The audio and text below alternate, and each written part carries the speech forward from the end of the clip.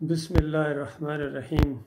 आज मैं ये वीडियो बहुत ही हसास मौजू के ऊपर बनाने लगा हूँ। अगर पाकिस्तान की सालमियत को ख़तरा ना होता तो शायद इस अंदाज से मैं गुफ्तगू ना करता। देखिए, ये वाहिद तकरीर है जिसके अंदर प्राइम मिनिस्टर इमरान ख़ान साहब को मैंने रोते हुए देखा है। उनकी आँखों में आंसू थे और वो अंदाज़ नहीं था जारहाना जो इससे पहले था। बहुत ही ज़्यादा लगता है उनके ऊपर प्रेशर है। और फिर उन्होंने एक ख़त भी लहरा के दिखाया कि हमें धमकियाँ मिल रही हैं। बहरहाल हालात जो भी हों, एक लीडर कौम के सामने रोता हुआ अच्छा नहीं लगता है।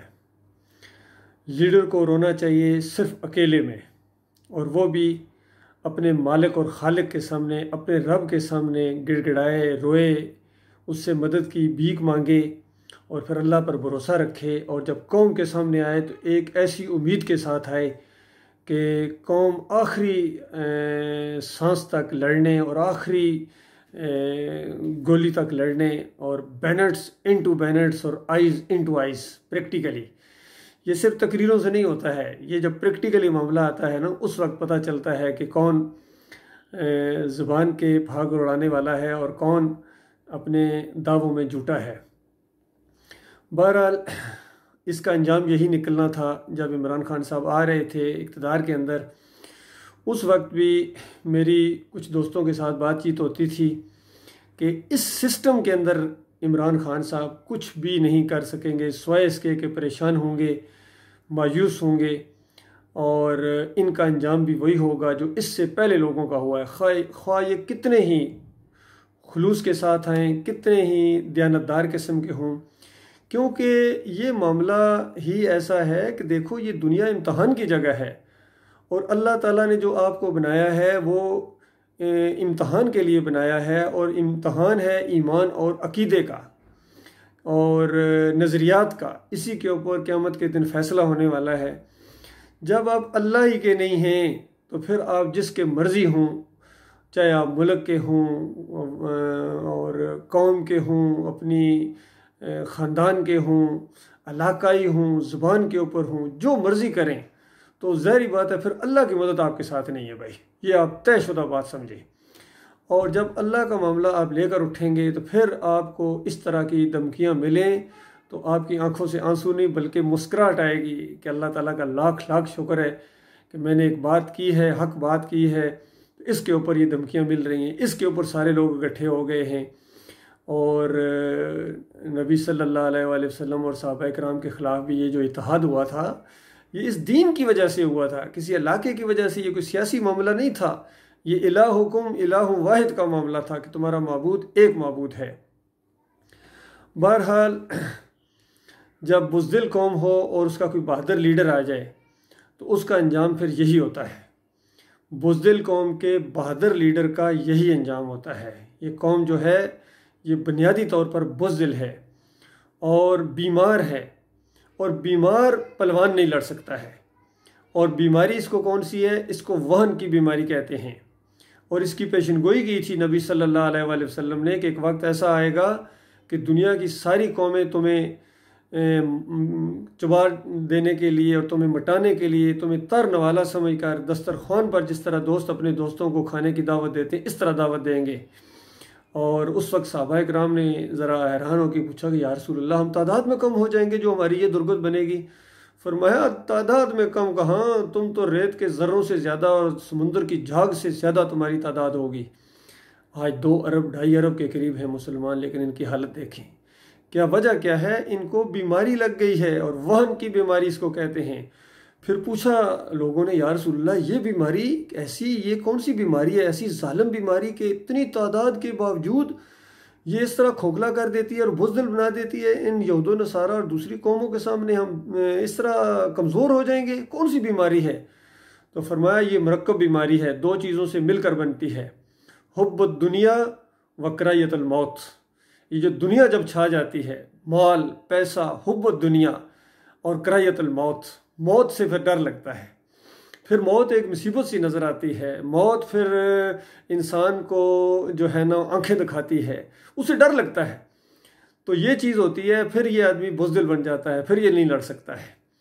तो मुझे तो हैरानगी होती है, इतने बड़े बड़े करप्ट, इतने बड़े बड़े गद्दार, इससे बड़ी क्या गद्दारी होगी कि हमारा प्राइम मिनिस्टर इंडिया में जाके हमारी अपनी फ़ौज के ख़िलाफ़ तकरीर करे। इससे बड़ी कोई गद्दारी हो सकती है? और गूगल खोलें और करप्ट लीडर का नाम लिखें और सर फहरिस्त नाम इनका आए, और फिर उनके साथ जो मिले हुए हैं मिस्टर 10%, पूरी दुनिया जानती है इनको 10% है, लेकिन इस कौम की आंखें नहीं खुल रही हैं। ये फिर भी दोबारा एक बारी और लेंगे जी। फिर जनाब ये फजलुर रहमान साहब हैं, कभी कोई दीन का काम इन्होंने किया? एक सर्वे मैंने देखा है, मैं हैरान रह गया हूँ, कितने बंदों से उस बंदे ने इनका फ़ोटो दिखा के पूछा है कि इस बंदे ने कोई दीन का कभी काम किया? उसने कहा नहीं भाई, कभी इसने अल्लाह का नाम नहीं लिया, कभी कुरान की कोई तलावत करके लोगों को वाज़ नसीहत नहीं की है, कभी किसी को इसने ईमान अकीदे की दावत नहीं दी है, बल्कि और थपकी देते हैं। और ये क्या करें, इनके बाप भी ऐसे थे, उन्होंने भी हलवा चढ़ाया था जाके अली जवेरी की कब्र के ऊपर। जिन चीज़ों को पहले शिर्क समझते थे इक़्तिदार हासिल करने के लिए, हुकूमत हासिल करने के लिए, वही शिर्क फिर इनका ऐन ईमान बन गया है। तो ये जो ऐसे उलमा होते हैं, इनकी निशानी ही यही होती है कि पहले जिस चीज़ को शिर्क कहते हैं और नाजायज़ कहते हैं, हराम कहते हैं, अपने दुनियावी मफादात के लिए उसी को जायज़ करार दे के उसके अंदर कूद पड़ते हैं। इसकी बड़ी बड़ी मिसालें हैं।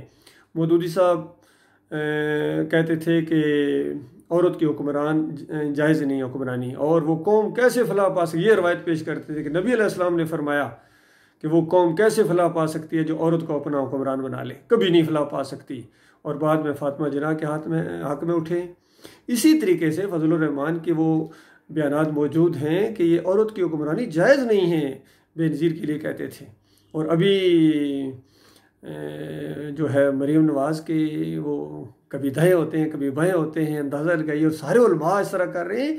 तो ये जो है ना, ये दलील है इस बात की कि ये उलमा जो हैं ये खालिस दुनियादार हैं, ये दीनदार नहीं हैं, ये दीन फरोश हैं, इनकी दुकानदारी है, इनको इस्लाम से कोई गरज नहीं है, ये खालिस इस्लामाबाद के चक्कर में हैं। और जिस हुकूमत के अंदर इनको ओहदा दे दिया जाए वही हुकूमत इनके लिए बिल्कुल ठीक है।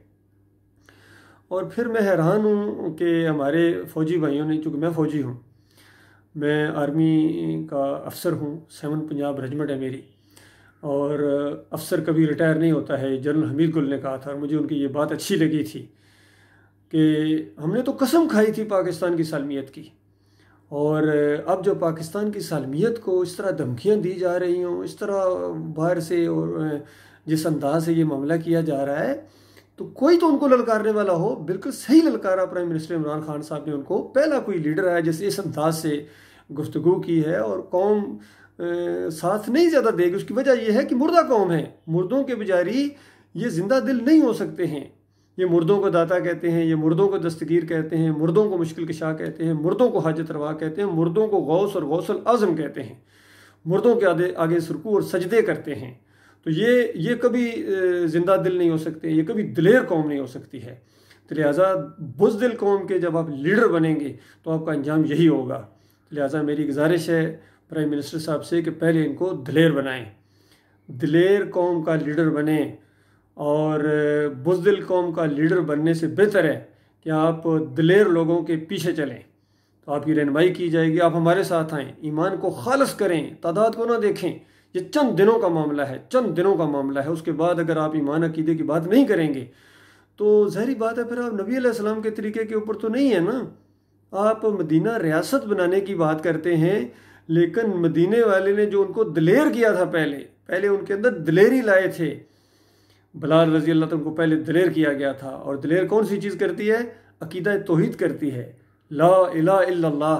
ये कहने की बात नहीं है, सिर्फ इंसान को आज़ाद करती है। आज़ाद हूँ, कुफ्र शिर्क से आज़ाद हूँ। कोई फिर आप रोएंगे नहीं तकरीर करते हुए, फिर आपके आंसू नहीं निकलेंगे, क्योंकि आप दिलेर होंगे। दिलेर आदमी नहीं रोता है, लीडर खासकर नहीं रोता है। तो पहले उनको दिलेर किया गया, उनको सारे शिर्क और कुफ्र के मुंह पर थूक दिया उन्होंने। मर्द तो मर्द, ख्वातीन ने भी, सुमैया रज़ी अल्लाह तआला अन्हा जिनको शहीद किया गया था मक्का के अंदर, अबू जहल ने वो बरछा मारा था, बड़े खौफनाक किस्म की उनकी मौत थी। तो वो उनके सामने वो मूर्ति लाता था हुबल की कि इसके बारे में कुछ तो अच्छा अल्फाज बोलो, तो उसने थूक दिया उसके मुंह के ऊपर। इसी तरीके से बिलाल रज़ी अल्लाह से सबसे बड़ा मुतालबा ये था कि बस एक ही मुतालबा है बिलाल, कुछ थोड़ी बहुत हमारे इन माबूदों के हक़ में अल्फाज बोल दो। तो वो कहते थे मैं क्या करूँ, मेरे मुंह से ऐसे अल्फाज निकल ही नहीं सकते। तो ये सारी चीज़ें आई थी, बर्दाश्त की थी उन्होंने, उनको तौहीद के अकीदा तौहीद ने उनको दलेर किया था। इस तरह वो थोड़े से ज़्यादा होते चले गए और फिर 313 ने 1000 को मार भगाया था। वो दलेर कौम थी। वो जो आप बयान करते हैं ना कि सारे लीडर बन जाते थे जो भी मोहम्मद सल्लल्लाहु अलैहि वसल्लम की पैरवी करता था। मोहम्मद सल्लल्लाहु अलैहि वसल्लम की पैरवी करने वाला सारे बुतों के ऊपर, दाताओं, दस्तगीरों के ऊपर थूक देता था। फिर इनके सामने, मज़ारों के सामने जाके सजदे नहीं करता था। फिर इनके माम जामन नहीं बंधवाता था पटे, ये शैतानी पटे, कभी बाजुओं के ऊपर, कभी गले के अंदर तावीज़ जो है, ये खालस शैतानी पटे हैं। और ये जो कब्रों के सामने झुकना, मज़ारों के सामने झुकना, इनके सामने रुकू और सजदे करना, ये खालिस बुत परस्ती है। ये बुत परस्ती है, याद रखिए। आप 1000 कहते रहे, नहीं नहीं, कोई मुशरिक कौम नहीं मानती। याद रखिए, किसी मुशरिक कौम ने अपने शिर्क को शिर्क नहीं माना है।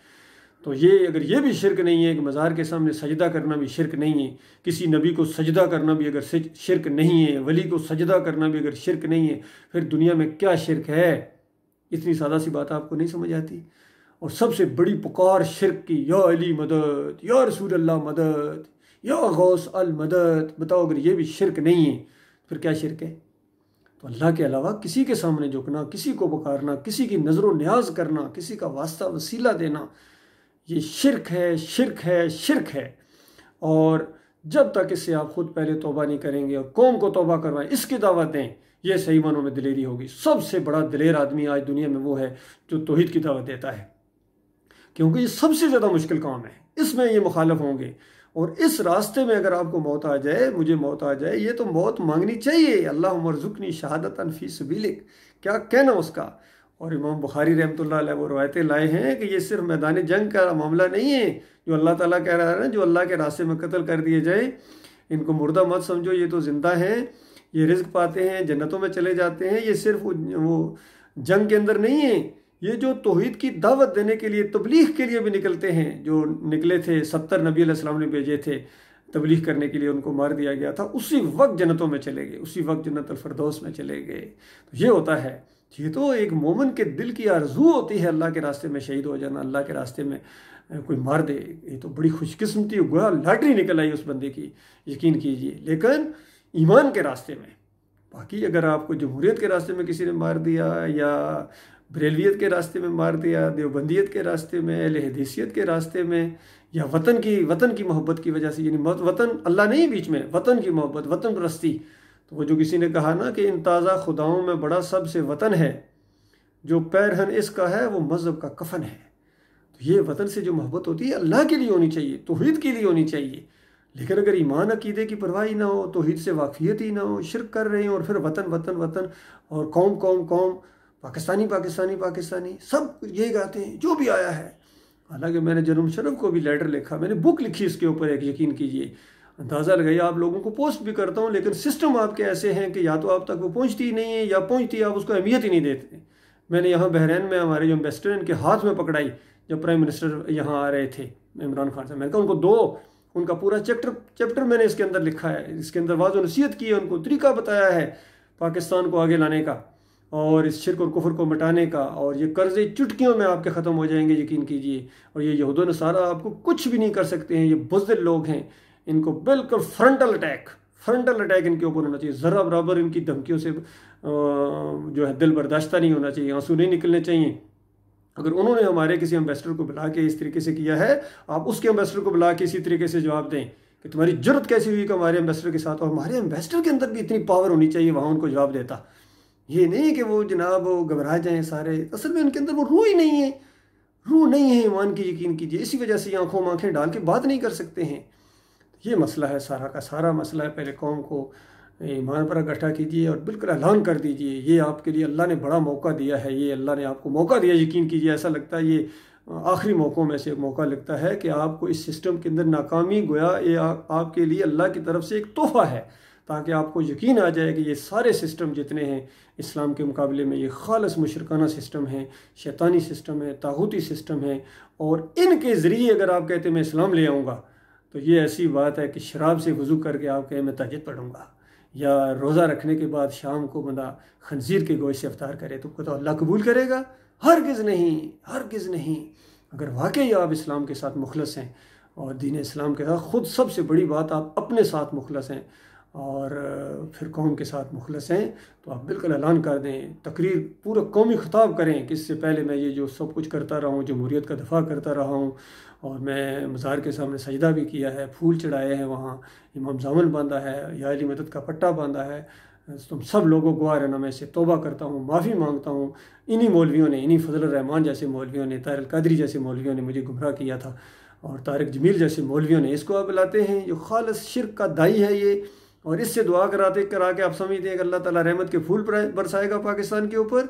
जो अल्लाह को शिर्क के ज़रिए गालियाँ दें उनकी दुआएं कबूल करेगा अल्लाह ताला, हरगिज़ नहीं कबूल करेगा। तो ये मामला है, कौम को मज़ीद तबाही से बचाएं और सही रास्ते की तरफ आ जाएं। एक तबाही का रास्ता है जो शिर्क का रास्ता है, ये बरेलवियत का रास्ता, देवबंदियत का रास्ता, जमहूरियत का रास्ता, ये तबाही का रास्ता है, जहन्नम मुँह खोले इंतज़ार कर रही है। और दूसरी तरफ ईमान का रास्ता है, तौहीद का रास्ता है, नबी अलैहिस्सलाम का रास्ता है, सहाबा इकराम का रास्ता है, खूबसूरत रास्ता है, जन्नत का रास्ता है, फलाह का रास्ता है, नजात का रास्ता है। इस रास्ते की तरफ आ जाए, इंशाअल्लाह मैं आपकी रहनुमाई करूँगा इस सिलसिले में। और हमारे और भी भाई हैं, इस दावत को हम लेकर उठें, तौहीद की दावत, मारे पड़ें, देश निकाला दिया जाए, कत्ल कर दिए जाए, फांसी लटका दिए जाए, तो खुशी के साथ अल्लाह की रहमतों के अंदर इंसान दाखिल हो जाएगा।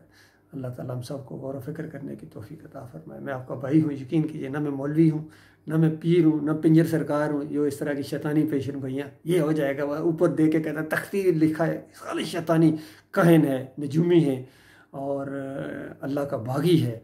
इसकी बातों की तरफ बिल्कुल तवज्जो न दी जाए, जिस तरह हमारे हकीकत टीवी वाले और दूसरे लोग कुछ इसकी तरफ, इसकी बातों की बिल्कुल अहमियत नहीं होनी चाहिए। हमारे लिए कुरान है, हमारे लिए सही हदीस है, नबी अलैहिस्सलाम की पूरी ज़िंदगी है, सहाबा इकराम का एक शानदार दौर है, इस्लामी तारीख़ है, कुरान की तफसीर मौजूद है बुखारी की शक्ल में, सब कुछ मौजूद है अल्लाह के बंदो। फिर इनकी ज़रूरत ही नहीं है किसी और चीज़ की तरफ जाने की, किसी और सिस्टम की तरफ जाने की। आप खुल के दावत दें, कौम मानती है तो माने, नहीं मानती है तो अल्लाह ने जहन्नम भी बहुत बड़ी बनाई हुई है। कोई हमें कोई हमारे ऊपर अल्लाह ने लाजिम किया है कि इनको लाजमी मनवा के रहो। हमारा काम तो सिर्फ दावत देना है, सही रास्ता बताना है, उसके ऊपर जमाव दिखाना, ये हमारा काम है। ये अल्लाह ने हमारी ड्यूटी लगाई, हर मोमिन की, हर मुसलमान की यही ड्यूटी है कि सूरत अल-असर के अंदर मुख्तसर तरीन सूरा है, लेकिन पूरे दीन को बंद कर दिया गया है कि कसम खा के मालिक फरमाता है कि ये इंसानियत घाटे में है, नुकसान में है, जहन्नम का ईंधन गोया बन जाएगी। इल्लल्लज़ीना आमनू व अमिलुस्सालिहाति व तवासौ बिलहक़ व तवासौ बिस्सब्र, सिवाय उन लोगों के जो ईमान अपना बिल्कुल खालिस करें और फिर अमल साले करें, नेक अमाल, और फिर ये वतवासौ बिलहक़ है, ये है तबलीग, ये है सही मानों में तबलीग। तबलीगी जमात नाम रखने से तबलीग नहीं बन जाती, ये तबलीगी जमात शिर्क और कुफ्र फैलाओ, ज़करिया के पूरे मलफूजात फैलाओ कुरान के मुकाबले में और कहोगे हम तबलीगी जमात हैं। हर जगह डंडे मार पड़े अगर कहीं तो कहीं अल्लाह के रास्ते में मार पड़ रही है, हरगिज़ नहीं, हरगिज़ नहीं। ये आपके मसलक के रास्ते में आपको तकलीफ़ें मिल रही हैं और इस रास्ते में जो मारे जाते हैं वो अपने मसलक के रास्ते के शहीद होते हैं, अल्लाह के रास्ते के शहीद नहीं हैं। अल्लाह के रास्ते के शहीद वो है वतवासौ बिलहक़, जो हक़ बात की तबलीग करे, वतवासौ बिस्सब्र, और फिर इस रास्ते में जमाव दिखाए, इस रास्ते में सब्र करे। अल्लाह ताला ऐसे मुखलिस लोगों को हमारा साथी बनाए और बात दिल के अंदर उतर जाए, जहाँ जहाँ तक ये आवाज़ पहुँचे इसको पहुँचाओ हमारे प्राइम मिनिस्टर साहब तक या हमारे आर्मी चीफ तक पहुँचाएँ ये बात, और ताकि सही रहनुमाई मिले और कौम अपने पाँव के ऊपर खड़े हो। बाकी किसी का सहारा ना लें, ना अमेरिका आपके कुछ कर सकेगा और ना ही चाइना और रूस से कुछ ज़्यादा उम्मीदें रखें, वो भी काफिर मुशरिक हैं। और जब आप अल्लाह की बात करेंगे सही माने असली दीन की, तो ये आपके मुखालिफ हो जाएंगे सारे के सारे। उस वक्त अगर कोई चीज़ आपका साथ देगी तो अल्लाह की मदद है, अल्लाह पर तवक्कल है, अल्लाह पर भरोसा है। और इस रास्ते के अंदर दो ही बातें, या तो कामयाबी या शहादत, बताइए, दोनों खुशकिस्मती है, दोनों रास्ते ईमान के रास्ते हैं, दोनों रास्ते जहाद के रास्ते हैं, अल्लाह का रास्ता है, जन्नत का रास्ता है। अल्लाह ताला इसके ऊपर जमाए रखे।